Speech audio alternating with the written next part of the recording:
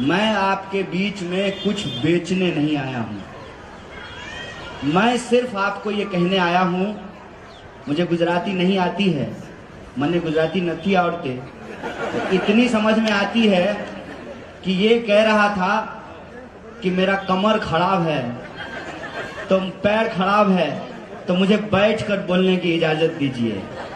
देख भाई, पैर खराब है तो चलेगा, ईमान खराब नहीं होना चाहिए। अब आप लोग बस बता दीजिए, मुझे नहीं कहना है, इस इंसान का ईमान खराब है क्या? थोड़ा धीरे बोल रहे हैं, कुछ डाउट है क्या? ईमान खराब है क्या? तो हमारे पास एक ऐसी आवाज है जो सिर्फ गुजरात में ही नहीं, पूरे देश में अन्याय के खिलाफ लड़ने के लिए मशहूर है। और इसीलिए ना, रात को आसाम से पुलिस आई।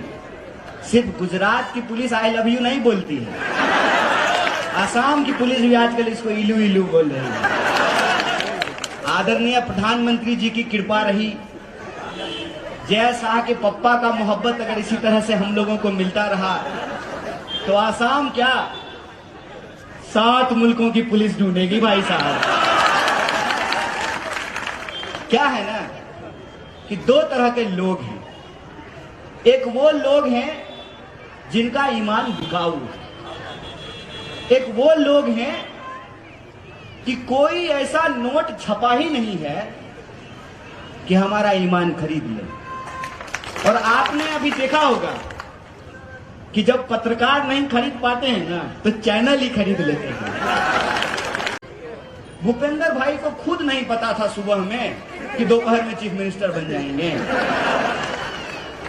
और ना वो जब जाते हैं ना तो एसपीजी भी उनको धक्का दे देता है, और प्रधानमंत्री तो बिल्कुल आसपास नहीं आने देते हैं। वहां भी कार से साइड कर दिया है। मुझे दिख नहीं रहा है भाजपा का पोस्टर, ने तो आपको दिखा देता, पोस्टर में भी उनको साइड कर दिया है। ये गुजरात का अपमान है भाई साहब, ये गुजरात के चीफ मिनिस्टर का अपमान है। भाजपा अगर अपमान का बात करना चाहती है और भाषा की मर्यादा का बात करना चाहती है, तो हम तैयार हैं भाजपा के साथ भाषा की मर्यादा पर बात करने के लिए। हमारे अध्यक्ष ने एक तुलना किया, एक उदाहरण दिया, तो बात को बतंगड़ बनाने लगे, बोले गुजरात का अपमान है। तो मैं पूछना चाहता हूं, टीवी स्टूडियो में बैठ करके मोदी जी को देश का बाप बता रहे थे, वो देश का अपमान था कि नहीं था? था ना?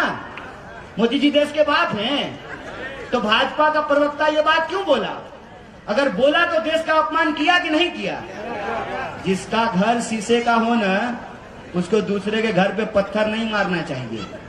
दिन भर गुंडागर्दी की भाषा करने वाले मंच से खड़ा होकर के गृह मंत्री, जिसका काम है कानून व्यवस्था की रक्षा करना, वो गैर कानूनी बात कर रहे हैं, इंसान को डरा रहे हैं, घाव को कुरेद रहे हैं, जख्म पे नमक छिड़क रहे हैं, और ये भाषा की मर्यादा की बात करते हैं। तो मैंने कहा कि मल्लिकार्जुन खड़गे साहब आपको इसलिए खटक रहे हैं ना, क्योंकि उनका नाम मल्लिकार्जुन खड़गे है। अगर उनका नाम मल्लिकार्जुन अंबानी होता ना, तो आप उनकी चरण वंदना कर रहे होते। बुद्धिमानी सिखाते हैं, ये बुद्धिमानी नहीं है साहब, इसको बेशर्मी कहते हैं, बेशर्मी। और मेरे मन में ये विचार आता है कई बार कि पैदाइशी बेशरम है कि सुबह सुबह चूरन खाते हैं मालूम है।